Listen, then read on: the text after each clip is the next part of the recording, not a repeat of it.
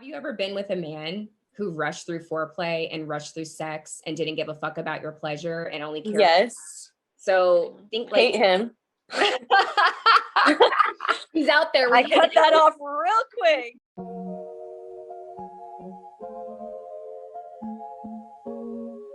Welcome everybody. Welcome. Bienvenidos. Bienvenidos a otro episodio, another episode of Thank You EXX. Thank You EXX is so excited to welcome actress, producer, writer, healer, and all-around goddess and guide, Andrea Bordeaux. You might have seen her gracing your screens as Agent Hidoko on NCIS LA. She is currently starring in one of TV's newest primetime comedies, Run the World on STARZ, and let me tell you guys, she shines. Run the World is the story of 4 fantastic Black women living their life in Harlem and striving for world domination. We follow their adventures through love and life, career, and friendship. She is one of my very best friends, literally a sister, and has been an incredible guiding light on my journey in growing my self-love. She is confident, she's incredibly intelligent and passionate, and all of that beautiful energy comes from a deep source of self-love. So I couldn't think of a better guest for our show to talk to us about and guide us through self-love. Vanessa and I are honored to welcome the one and only Andrea Bordeaux. So thank you for being here. Thank you so much for having me. And thank you for that amazing welcome and introduction. I'm just honored. I'm honored to be here, and I'm honored that you guys want to talk to me and hear what I have to say. And I'm really excited to talk to you guys. I mean, we have the most amazing hours long conversations. And so I know this is going to be a good one. We have so many good conversations that we're like, why didn't we press record on this? So many times. So this is why we're here. It's happening today. And I mentioned Andrea in the first episode a little bit about how you were the friend that having a conversation with you about, okay, let's look at the situation, and instead of maybe blaming your ex about something, why don't we look in and see how every situation, every relationship in our life is just a reflection back to ourselves. And so you were like this, it catapulted me to, oh my gosh, not everyone has this at home. That's true. You or this, Vanessa. Yes. So I'm going to start off with the first question. Okay. I guess we're getting right into it. Let's do it, baby. I guess this is a pretty generic question, but what is self-love? What is self-love to you? I mean, I feel like self-love for me that's your connection to God, because you are the representation of it. You're the embodiment of God, of the goddess. And the more you love yourself, the deeper your connection goes. And so it's really just about dedicating yourself to, your highest purpose, your highest potential, and letting go of all of the things that don't serve that. So if you're doing something that is not suiting your potential, then you're not practicing self-love, whether it's the way that you eat, whether it's the things that you accept in relationships, your behaviors, the way that you think about yourself, the way that you talk about yourself. All of those things are indicative of your level of self-love, and thus your connection to spirit or to God. And so that's really what that means to me in a nutshell. Yeah. I love that. I love that too. Yeah. It's your connection to God. And I have to say, one of the most beautiful things about getting to know Andrea is she always, and I wanted to have you for self-love and the divine feminine, is you've always had a really strong connection to yourself. Yes. So you've really loved yourself a lot. And I think that intimidates a lot of people. It does. Especially coming from a woman. And I feel for me, and you've had a huge even transformation, let's say ascension in the last few years, where she's just grown so much through life experiences and learned about herself and expanded. But why do you think you always had this like healthy self-confidence? Where did that come from? And how did it manifest in relationships in a negative way at times? I can't really pinpoint where it came from. It's just something that I've always had, I think, because so much of self-love is just really about boundaries. It's about knowing who you are and not letting other people's opinions or perceptions or behavior interfere with that. And so I remember just being really young, and it's not to say that I've never dealt with lack of self-love or insecurities or any of those things, because I absolutely have. But I think in comparison to a lot of the people that I grew up around, I just had a much stronger will and stronger sense of self than I saw reflected back. And so it made me feel very ostracized a lot of times. I've been called everything from conceited to selfish to there's a funny term, like in the Black community, we call it like hasidity, or I've been called bougie, just all of the things that you get called when you just kind of know who you are, what you want, and you're very unapologetic about doing it for yourself. I've had a lot of people that felt really connected to that and very had a lot of admiration for it, but a lot of conflict. And I've had people try to tear me down, try to make me feel like I wasn't as good as I saw myself. And, it's just been a very interesting journey of just staying grounded in that, no matter what people have to say. I would say like my first relationship, whom it was the man that I ended up marrying, and I was with him for 12 years. He would always talk about my charisma. I had so much charisma and confidence, and he just really, really loved it. And it was very magnetic, and why he was so attracted to me. But throughout the course of the relationship, because of the things that he was dealing with, I think that my confidence in myself and my willingness to continue to go after things that I wanted, specifically my dream of being an actor, became sort of like, I think, a threat to him. And started making little digs at me. And then I noticed, like, before, where he used to love how intelligent I was. All of a sudden he would make digs at my intelligence. And so just like noticing that when people don't feel really good about themselves and they see that you feel great about yourself, it's a threat to their perception, and they want to try to tear you down. Yes, I see that so much. Especially I feel like with men, like I mean, not in general, but I feel like they start off how you said, like, oh, I love you for being this and that and this. And then afterwards it's like, oh, then it turns into a negative, because they are actually weak and they're cowards at the end of the day, and they can't, be with someone that's strong. But it's funny how in the beginning it's like, oh, I love you for this and that. And you're like, didn't you say like a couple, it's funny. You're not the girl I fell in love with. Yeah, I am. Actually I am. I'm even stronger than that person. And it's just like, well, that doesn't reflect how I feel about myself. Therefore, you're not who I thought you were. Right. It's really. And are they comfortable and strong enough to hold that space for you? Because you need it. Yes. You need that demanded just by being the person that you are. And which brings me to another question. Do you think, so there's two things. One, Andrea is starring currently in the new STARZ show, Run the World. Run the world. Run the world. Girls. Which I don't think is a coincidence, because it's this really female empowering. It's fitting. Black cast. Like, you manifested that for yourself. Yeah, definitely. Does being as physically beautiful as you are, thank you. Does being as physically beautiful as you are, is that, because for me, if I were in a different place in my life, I would look at someone like Andrea and be like, yeah, of course, it's really easy to love yourself. You look the way you look. You have the career that you have. What would you say to someone like that?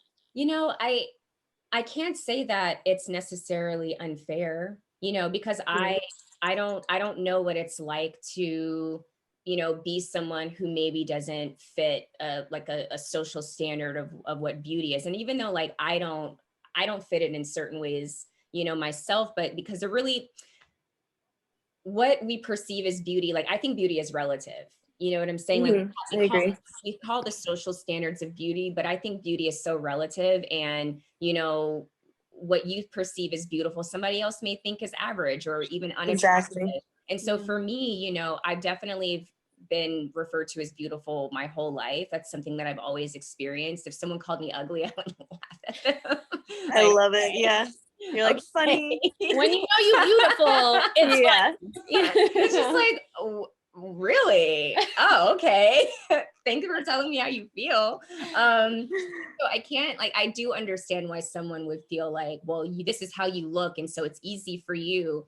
And so I don't really have, like a really eloquent, coherent answer to that, because I've never walked in those shoes. But what I would say is that, again, like beauty is relative. And so you get to decide how you see yourself. It doesn't really matter how the rest of the world sees you. It doesn't really matter how you look, what size you are. You can find peace and happiness and even love in the way that you are exactly in that moment, even if there are things about yourself that you want to change. And I'm not talking about plastic surgery or anything like that. I'm talking about like really healthy, holistic changes that you make, such as eating better, you know, maybe not putting lots of chemicals in your hair or wearing tons of Mhm. makeup, anything like that, you can make that decision to love yourself whenever you want, regardless of how you look. And so, you know, for someone who would feel like it's easy for me, maybe it is easier for me than someone else, but it doesn't mean that you can't do it just because it's not as easy for you as it might be for me. So that makes Mhm. sense. No, it made total It sense. does, yeah. And also I feel like you've been aware of your power for a longer time. So you've been able to put that work into yourself. I feel like as a society where women are sometimes suppressed, then it comes to a point where they're almost 30 and they start thinking like, okay, I need to start loving myself. Yeah. Or Yeah. they're in their early 20s and they're like, wow, I've never actually like sat down with my own thoughts. And, you know, like they maybe started at a later time to actually realize what they have to work on themselves, you know? Right. And growing up in countries like Latin America, if you were beautiful, everyone was allowed to say you were beautiful, but Mhm. yourself. If you Mm. actually were like, Yeah. beautiful, oh And my, they're like, they don't say that had- about yourself. Like, yeah, like que creída. Like you're, oh, right.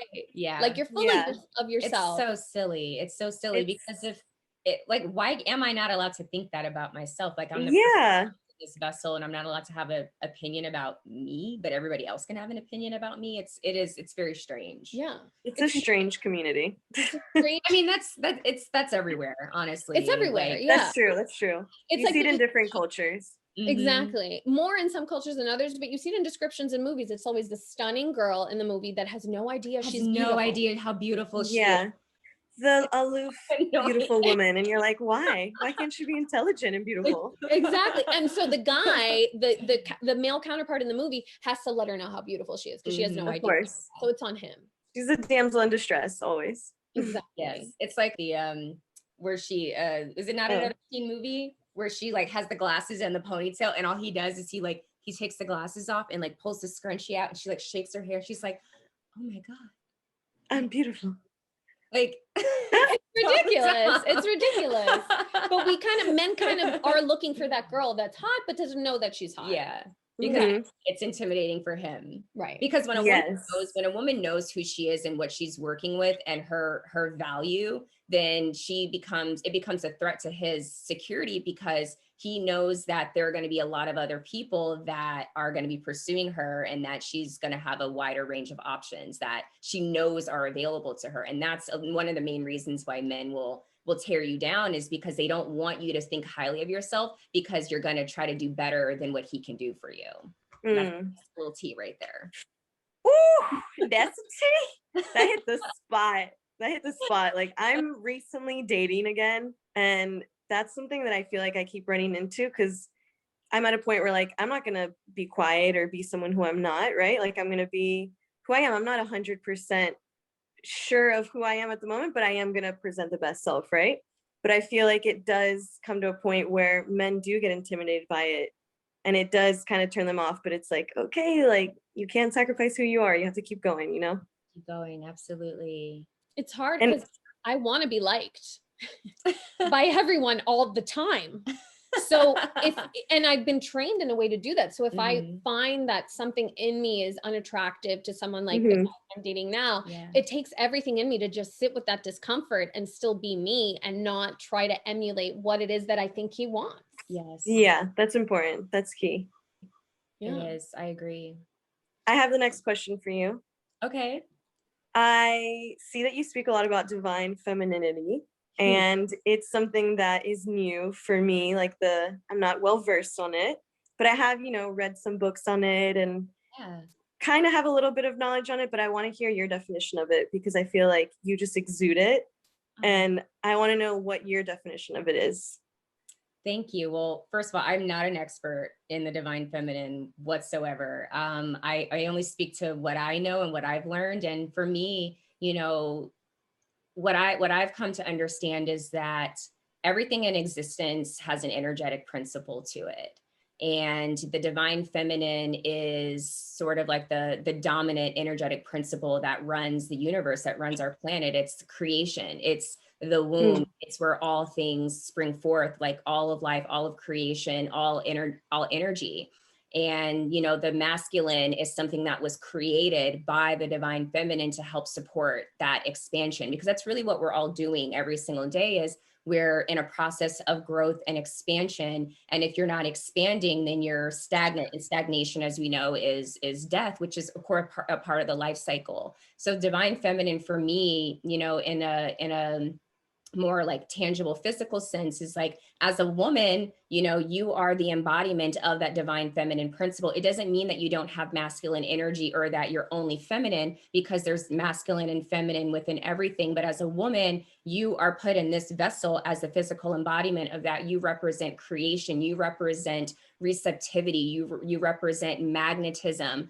I mean, as women, you know, it's such a gift to be in these vessels, because we have the power to really call in anything we desire. Men do as well, but our connection to source, or to that portal, that divine feminine portal, is one of the blessings of being female.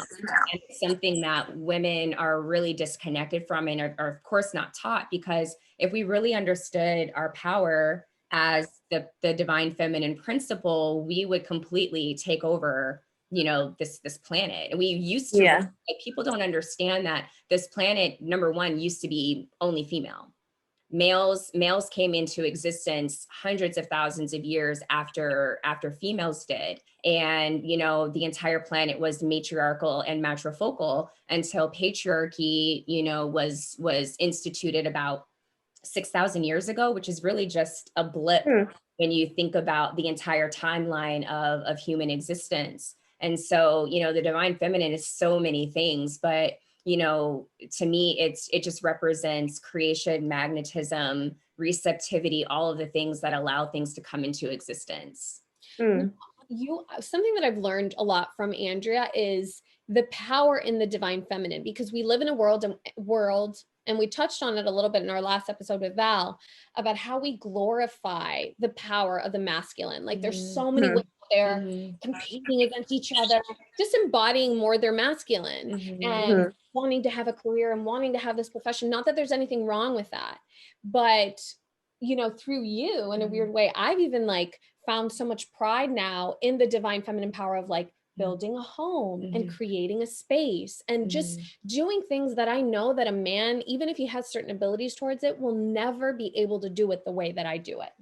And that is the feminine. And how does embodying the divine feminine for you, and that divine feminine power, how has that manifested? Because how do you see, or why do you think so many women have now like want to embody their masculine more than their feminine? Why do we think that that's more powerful? Well, I think we think it's more powerful just because of the conditioning that we start experiencing from I mean, not even from the moment we're born, from the moment we're conceived. You know, when you hear someone say, "Oh, I'm pregnant," and it's a girl, people already start projecting certain ideals onto that child. Or if they say it's a boy, "Oh, this is what he's going to be. This is what she's going to be." And then from the second we come into existence in the physical, then we're bombarded with all of this messaging and conditioning and programming that tells us that, you know, we are lesser than, we're weaker, we're irrational. You know, even just, I remember being a child and just seeing how much differently boys would get treated than girls would get treated. They had more freedom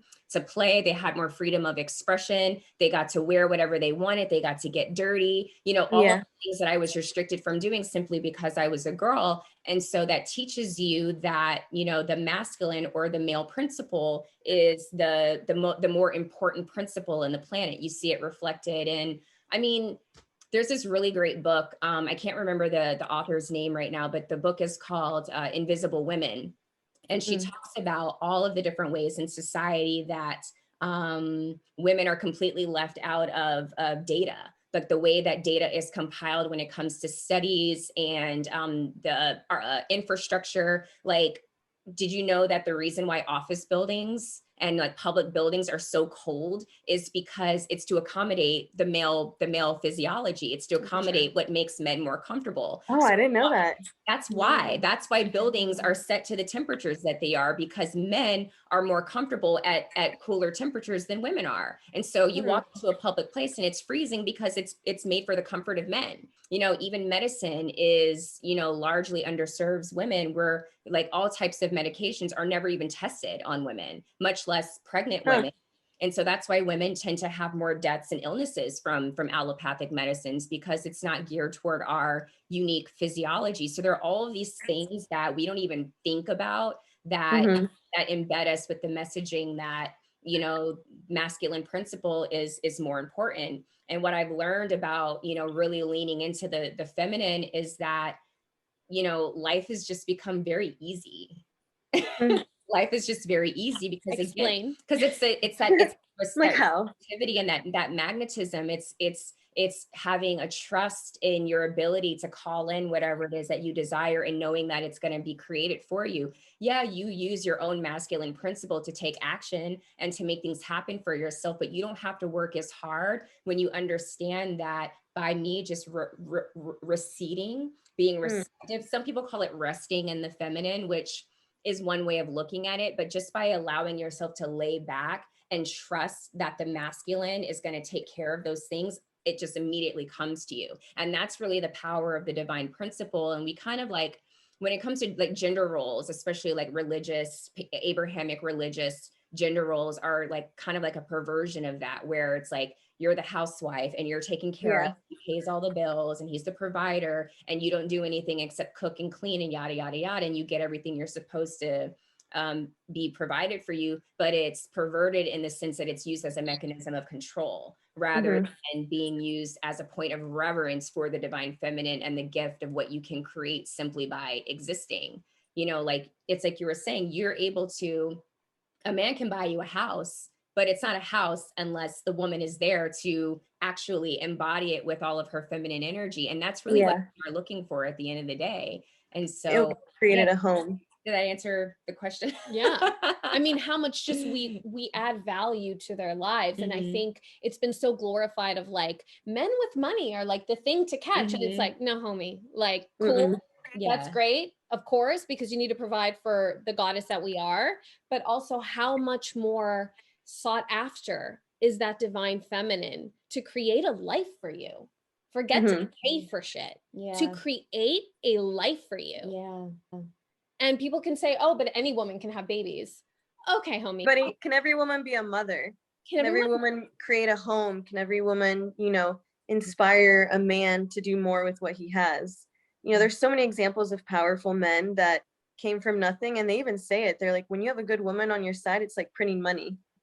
Like they need us. We amplify energy, and that's one of the things. Like if, even just when you look at the physical aspect, like we're talking like sex, for instance. You know, a man, you know, he enters you. You are the receiver of his energy, and then you amplify that through your womb, because your womb is of creation, and that amplification might result in a baby, like a new child, but it also, from an energetic standpoint, you're amplifying that energy out to help him manifest his desires. And again, that's something that a lot of men are looking for when they're, especially like how, because you know, men are obsessed with women, they're fucking obsessed with us. And they don't even really understand necessarily on a conscious level what it is that they're seeking, but their subconscious knows that we are not only the receivers but the amplifiers of all of their desires, and that's why they want us so badly. And women have the power to, you know, if you use that power intelligently and like benevolently, not malevolently, because a lot of women abuse that. You know, you see that a lot. You do. You see women abuse that, but they're doing a disservice to themselves when they abuse their feminine energy in that way. But when you use that from a divine standpoint, you can really create something really beautiful, as long as you're choosing a man. You're choosing to receive a man that has high intentions and a high vibration, and is actually going to honor you and the gift that you can give him. Right. And I love that. A question for you about that, because we talk about self-love and divine energy. We're expanding them. So we're actually, when we ask or when we receive, it's just to multiply for them, right? How do you ask a man, especially if you don't feel, because I've found this, like I realize where I don't feel as worthy when I'm afraid to ask. And I remember once you and I were chatting, and I think I was in a relationship with Mr. Ravioli, and you said the only reason why men want to achieve anything is to attain a woman. Yeah. So how do you what advice can you give someone to feel more self-worthy, to actually, I don't want to say demand, but just expect Mm-hmm. a certain kind of treatment? Well, Yeah. I think that you have to be okay with being alone. I think that's really where it comes from. It's learning to be okay alone, because when you learn to be okay with being alone, and not just being okay with being alone, really loving yourself and loving your solitude, that's when you begin to learn that you are the center of everything. Like everything that you could ever ask a man for, you can actually give to yourself. So if for me, for instance, and I'm not saying this is exactly what I live, but I'm just going to use myself as an example. You know, if I want someone who is disciplined, who is, you know, reliable, who will buy me nice things if that's what I want, or will take me to nice places, or take me on vacations, who's nurturing, who is supportive, all of those things, I have to give all of those things to myself first.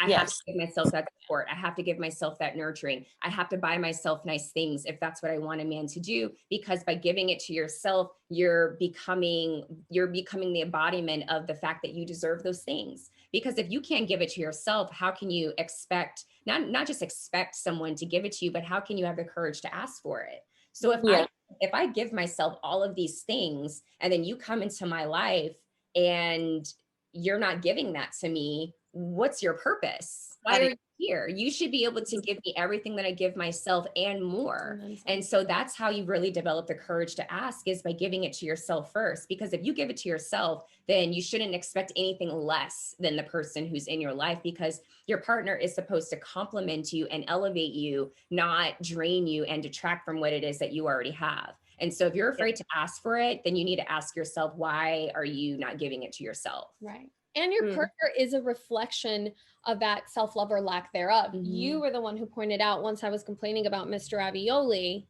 and saying how he never gave me a compliment, and he could never say that I was beautiful, or he could never, you know, and that really kind of gnawed on me. And you were the one who pointed out, do you tell yourself that you're beautiful? Do you think you're beautiful? Yeah. Because maybe he's just a manifestation or a reflection of that lack that you're not giving yourself. You know, maybe that's why you manifested a partner that was showing you what you weren't giving yourself. And that was a really big eye-opening thing. And why it was one of the reasons why I was like, I need to connect to my divine feminine and my self-love. Because I'm starting to manifest things that are manifesting lack as opposed to abundance, you know. That's how powerful we are. Really though, it's true. And I think, you know, we were talking about, you know, beauty before, and like people's perception of me as a beautiful person. And I feel like I'm beautiful, but I also, that's what people tell me. But I believe that people are just reflecting back at me what I already feel about myself, you know. And of course there are beautiful women that get compliments that don't necessarily see it in themselves. Like, you know, like earlier I was just like, you're so beautiful. She goes, really? And I'm like, yes. Yes, you are. But it's one of the reasons why I think a lot of women miss out on being around people who love themselves a lot, because when I'm around Andrea, she's like a sun. She's like a sun, and I'm tanning. And so I literally am like, beauty, yes. And but I've seen exactly, like, give me what it is that you have in spades, and I suck it out of her. I get exponentially hotter. I have abundance. I have so much to get. So much to get. You're fine. You can let go of some. But I do feel hotter after I've hung out with her. But then there are women that are around a woman like Andrea and feel intimidated and feel a lack thereof of whatever it is that they have. And that is a reflection of them. That's their perception of themselves. And what they're lacking for each other. You know, we mirror, it's like we either mirror, like we all mirror, like, again, like if you don't feel that about yourself, I come into your life to show you that you are that thing, but your inability to recognize that makes you look at me like I'm an enemy. You know, it's like, it's almost a form of separation, because that's the mirrored effect is really representing oneness and how we're all connected and how we are really all the same thing. Like if I'm beautiful and you're looking at me and you see that, you're seeing yourself, because I am you, you know? And so whatever you can't see in me is really just a reflection of what you can't see in yourself.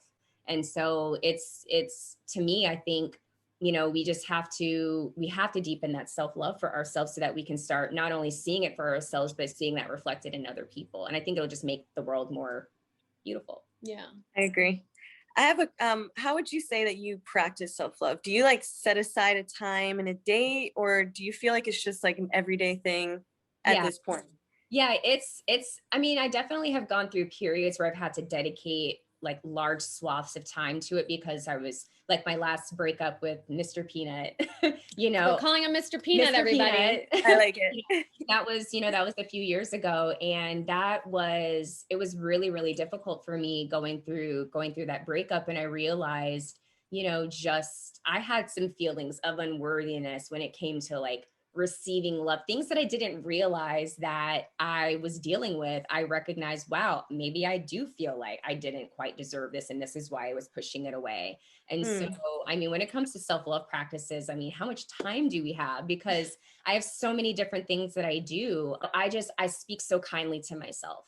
I never talk bad about myself, ever. You know, I talk to myself like I'm my best friend. Like, you would never look at your best friend and say, oh my God, you're ugly, or you're full of shit, or you're so stupid. Why did you do that? Like, you would never talk to your friend like that. And if you would, probably not a great friend. You know, you're probably not a great friend. And so I talk to myself so lovingly. And when I make a mistake, or when I, you know, do something that's maybe from my lower self versus my higher self, I have patience with myself and I say, Andrea, you didn't do that the way that you could have. It could have been a little bit better, but you're working things out. You're doing the best that you can. You're going to get it the next time. I love you. And I'm so glad that you tried. And now you've learned, you know. So I talk to yourself like you're talking to a child, you know.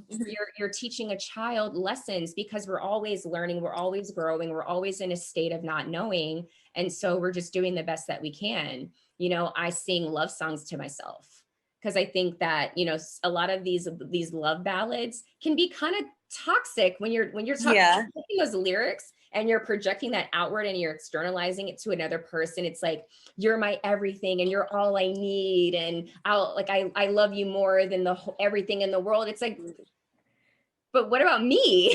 Yeah. What about me? Like, I have to give that to myself. And so I'll, you know, I love to listen to music when I'm showering. And I always shower in candlelight. I never shower with like the bright lights on. I love it. Everything is a ritual for me. Everything is, how can I make this sensual? How can I make this sexy? How can I make this pleasurable? You know, even something as routine and mundane as a daily shower, how can I make this really, really lovely? And so I put on music, I light candles, I light incense. And when I'm oiling my body and there's like a beautiful song playing and I'm looking in the mirror, I sing that song to myself in the mirror. You know, I'm not thinking about a man. I'm crying over how much I love me and how I'm giving all that love to me. Self-pleasure is a big part of my practice. I love talking about masturbation and touching yourself and just the power of that. You know, I don't watch porn. If you're watching porn, I am emphatically begging you to stop, because it's completely distorting your view of intimacy and feminine sexuality. I even recommend, you know, putting away if you have a vibrator, putting it in the closet for a while and allow I gotta put it away. Yeah, but it doesn't mean not you don't touch yourself, but like, when's the last time you brought yourself to orgasm using your own fingers, using your own touch? Yeah, I have read that somewhere where they said, you know, if you want to be, or it was something about like, how do you expect to make love to someone if you can't make love to yourself? Like, how do you expect to be this sexy God like symbol if you don't view yourself that way? Yes. And I kind of like discovered that. And right after my breakup, I'd be like, okay, I'm going to go on a date with myself. And I would turn candles on and I'd put some music on, and I had a date with myself. I had a good ass time. I was like, okay, absolutely. You know, like, but then I got a little bit, you know, I read that one of those reviews for that vibrator that everybody was talking about. I was like, is it the rose? Girl, I need to put that thing away. Now that you said it, I'm like, I'm say the rose. God, that thing got me. And I was like, shit, now I'm using a vibrator. The thing is, it's okay, like every once in a while, like sometimes you just want like a quick, or you want something super, super, super intense. But I'm telling you, like, I have vibrators, but they're collecting dust now because I've completely reconnected with myself. And like when I do use a tool, I love using crystals. You know, Oh my God. You can put that up there? Yeah. Absolutely. I have yoni eggs and I have crystal wands. And remember, those are just like really dense energy. Like rose quartz is all about love and it connects you to your heart chakra. And then I also have black obsidian one. I wish I could run and grab them and show you. I mean, can I? You can. Okay. Oh my God, please. I want to see it. I want to see it.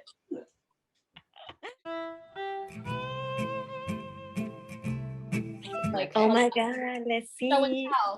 Show and tell. So this is one of my yoni eggs. I have and this is clear quartz, and clear quartz is great because it can connect with any of the 7 chakras. You basically can charge this however you want. So you can clear it, like you can do sage or Palo Santo, and you can set your intentions of exactly what it is that you want to activate this for, and you can insert it. And you don't have to like masturbate. Like you can rub yourself with it, or you can insert it and masturbate. And when you insert the egg inside of you, it's remember, your womb is your portal.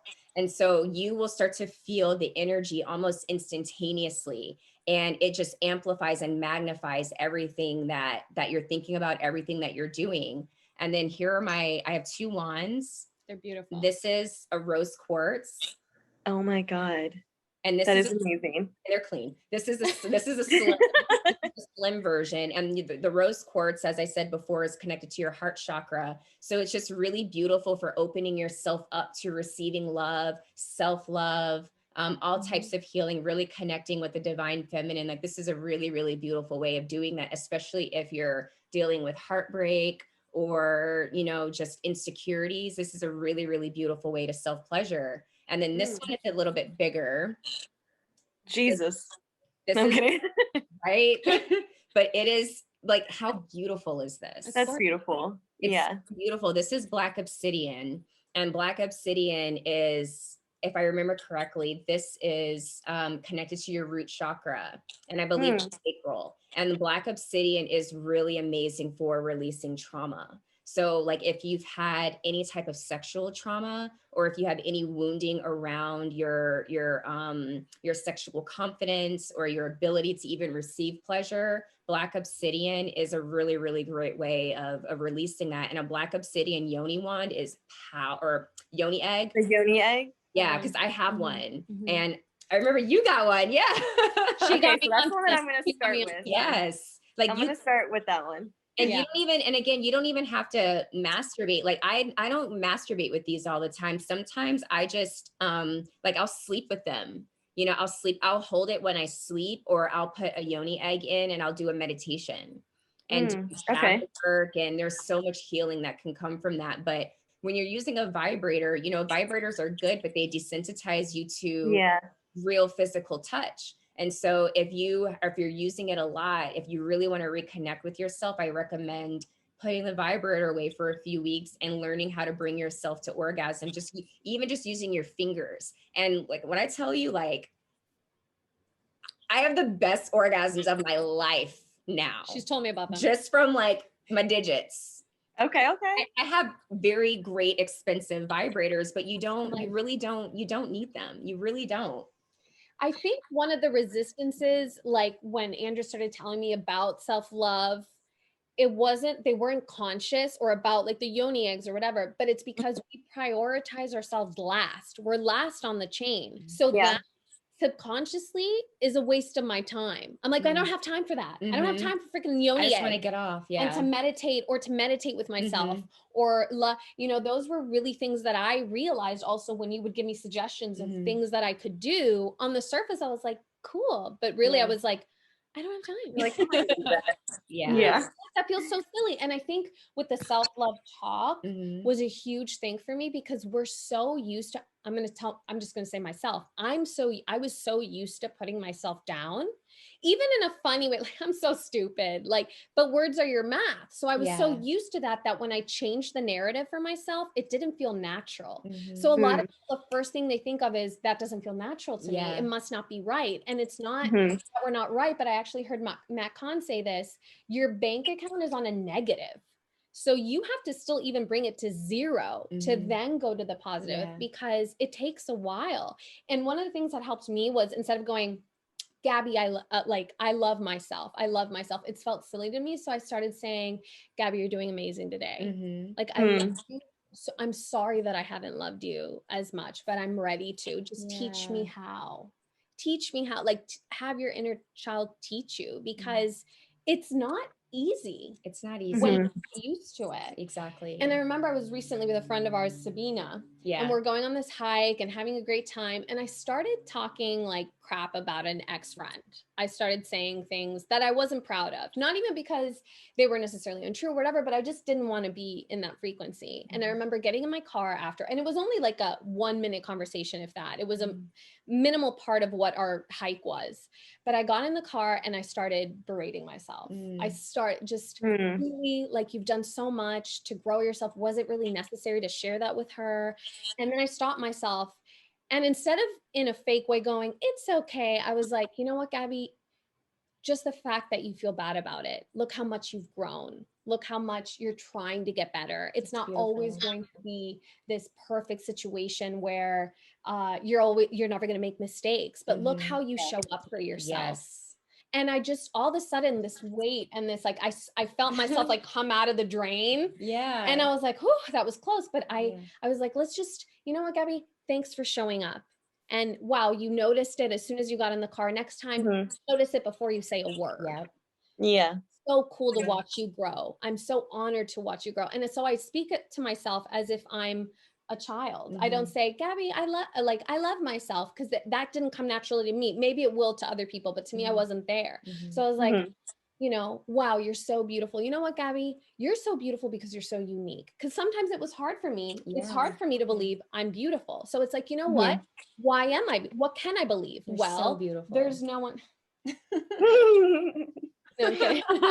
That's what but it was like hard to be just like, you're stunning. So it was like, okay, well, you're stunning because there's no one else that looks like you. There's no one else that talks like you. And that's so unique. And so starting with those baby steps, things that we can believe, you know, that's easy to believe.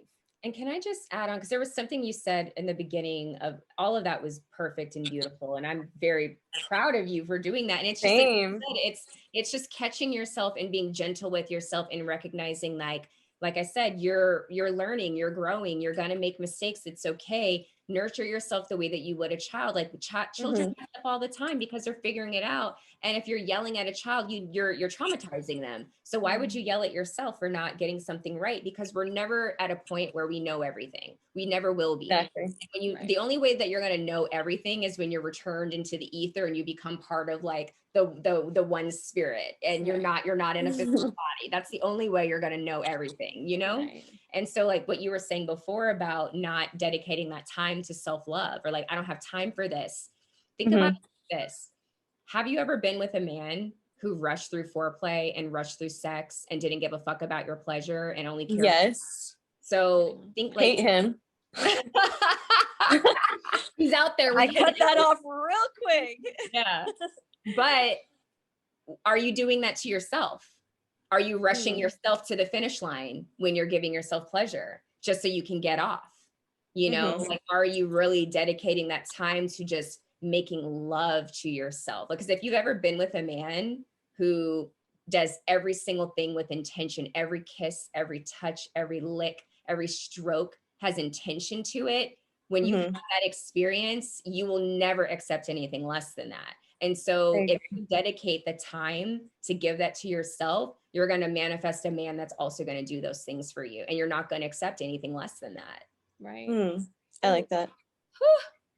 The tea. Yes. It's hot. And I've been celibate for, 2 years. Wow. And the thing is, I've never been happier. I've never been more powerful. I've never been more sexy.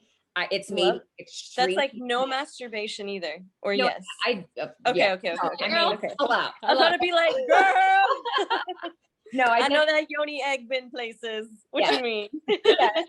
I mean, 'cause I don't, when I say celibate, I guess I mean, because I do understand there's a definition of celibate that means like maybe abstinent, better word. Yeah. You know, because like to me, self-pleasure, that's like, that's not, it's sexual, but that's not, It's not, you with you. yes, it's me you. with Yeah, me. It's yeah, not yeah. me with another energy. I've not joined my sexual energy with another human. Right. And so, but I've never been sexier. I've never been more magnetic. I've never felt more attractive than I have. And part of that is just understanding that I'm cultivating something for myself that's going to call in that person that's going to give me all of the things that I give myself. And I won't accept anything less than that. That's just like powerful in itself, because I feel like some people sometimes they resort to being with someone because they're lonely, you know, and then as a woman, we're taught to think that we need a man to fulfill so many of our dreams and our desires. So it's nice to hear someone who is obviously successful and you're on the rise, you're growing in your career. You don't need a man in your life right now, you know, like you can provide everything and more for yourself. And then when someone comes into your life, they're going to add to it. And I think you mentioned that earlier. Yeah. And I That's think beautiful to remember. Thank you. Confuse that with hating men. And it's not about hating men. I don't think I've ever loved men more. I think I used to hate them because I used to be like, man, fuck them. And a lot of even what we've been talking about the patriarchy, about how AC in a building is suited for them. At the end of the day, the more I've been empowered in my divine feminine, the more compassion I've had towards men, the more love I've been able to have towards men. I think the better effect I've had in their lives, because I don't think that I necessarily in past relationships was, especially in my early 20s, was I the best influence on men, because I had a fucked up relationship with my own divine feminine. So I don't know how that manifested, still working through that, but I know that I love men now more than ever because I love myself now more than ever. So at times I feel sorry for them, because a lot of what they do to us really affects them more than it affects us. It just makes us strong if we transmute it. Yes. So transmute. I like that. Keyword right there. Keyword. Part 2 of our episode about self-love with Andrea Bordeaux coming up next. You're not going to want to miss part 2 because it gets from good to real good.